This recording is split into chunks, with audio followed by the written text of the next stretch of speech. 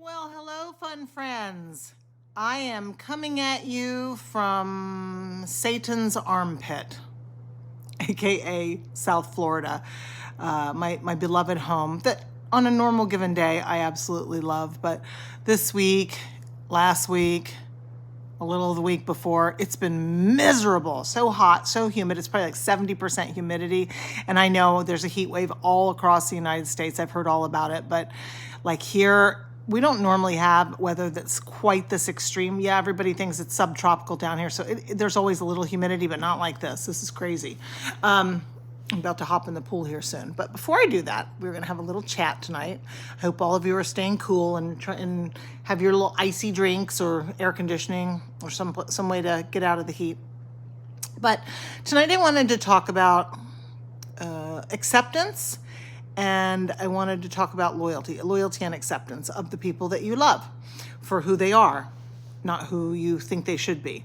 And it's an interesting topic because we enjoy being around people for certain reasons. We enjoy being around them for who they are, but then we try to change them. We try to make them not be who they are. And you don't get both. You can't have both. It's not I believe that everything in this world has an opposing force that powers it.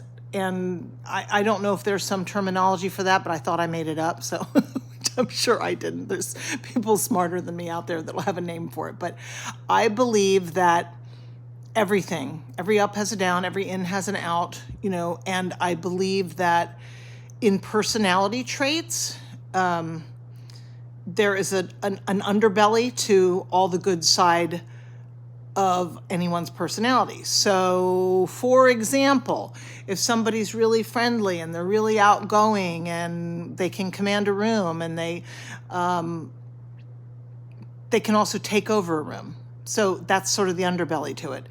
And that's just who they are. That's who the person is. You could have someone as well who's very quiet, very meager, shrinks away into the corners in a social situation, and kind of are ignored. But the upside to those people is that they're probably really good listeners, and they're very good at observing because they're busy observing and not performing to the crowd. And you need both people to have an attractive dinner conversation. You need both people to have a social situation. If everybody was quiet and introverted, then you'd have no situation. If everybody was gregarious and the life of the party, then nobody would be. So it's everybody would be the same. So I think what I'm saying is that a lot of times we get these people that we love, and we love all the things. We love certain things about them, but then we want to change the things we don't like about them. But you forget to realize that it's those things that create the opposing force that you love. So you have to find balance, and you have to, more importantly, support the people that you care about and not try to make them be somebody that they're not.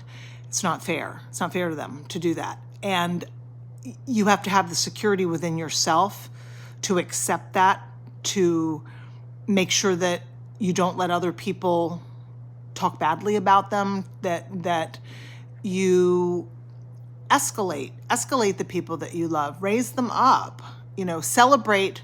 When you celebrate what's good about someone, the aspects of them that may be the underbelly are not as magnified, right? So, like, for example, if someone said, oh, so-and-so is like this all the time, in a negative way. You could say, yeah, but they are, but let me tell you about that person. Let me tell you what you can depend on them for.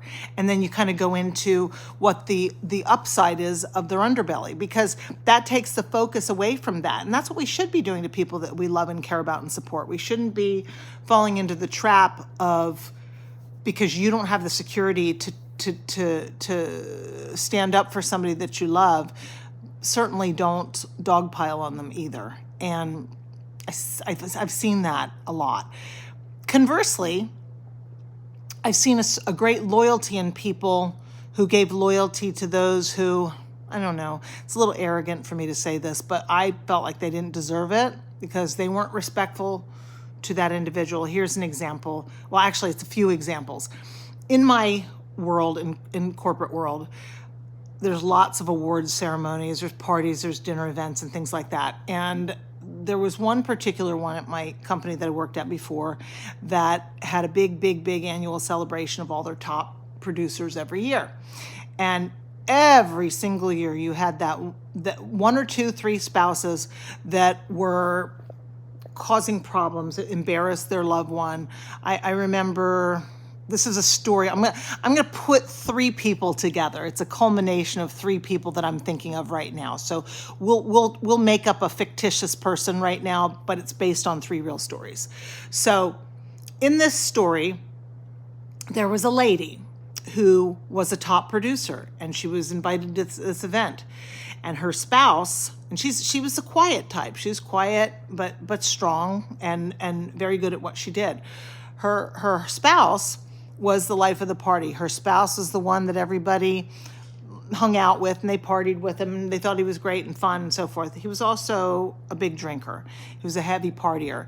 And we would see him at the bar just absolutely getting trashed and getting rowdy and getting a little bit crazy in these events. And you just knew that something was going to happen that night. You always knew.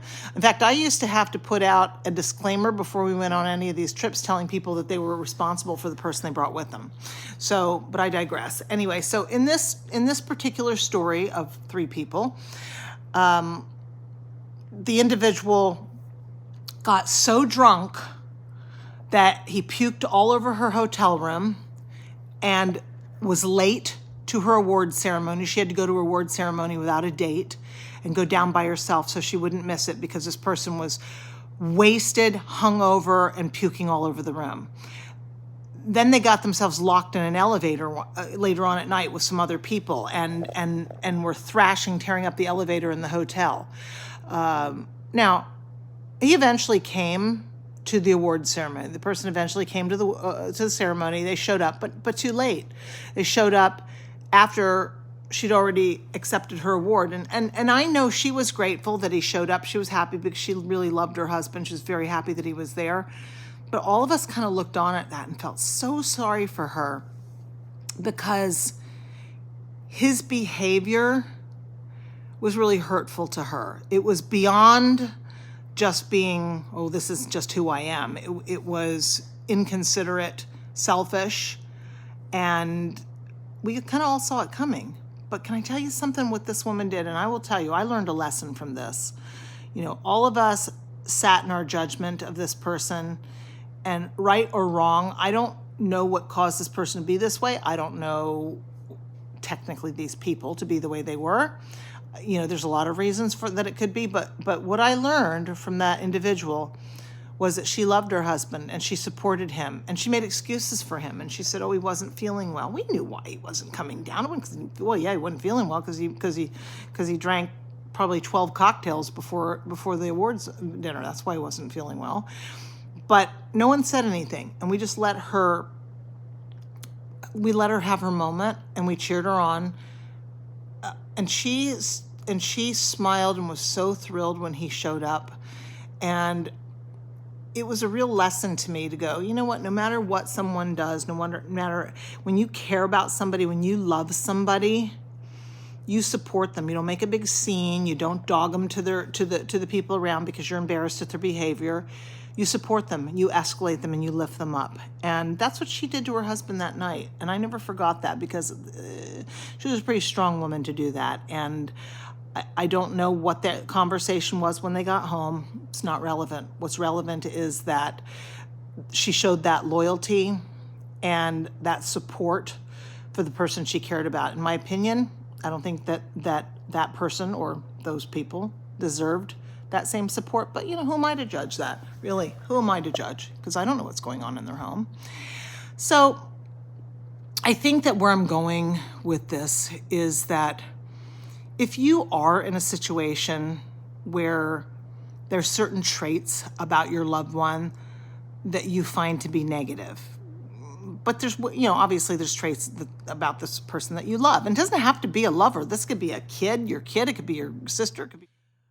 I had to stop the video because I knocked my entire drink all over the floor and had to clean it up. So that's why the lighting looks differently.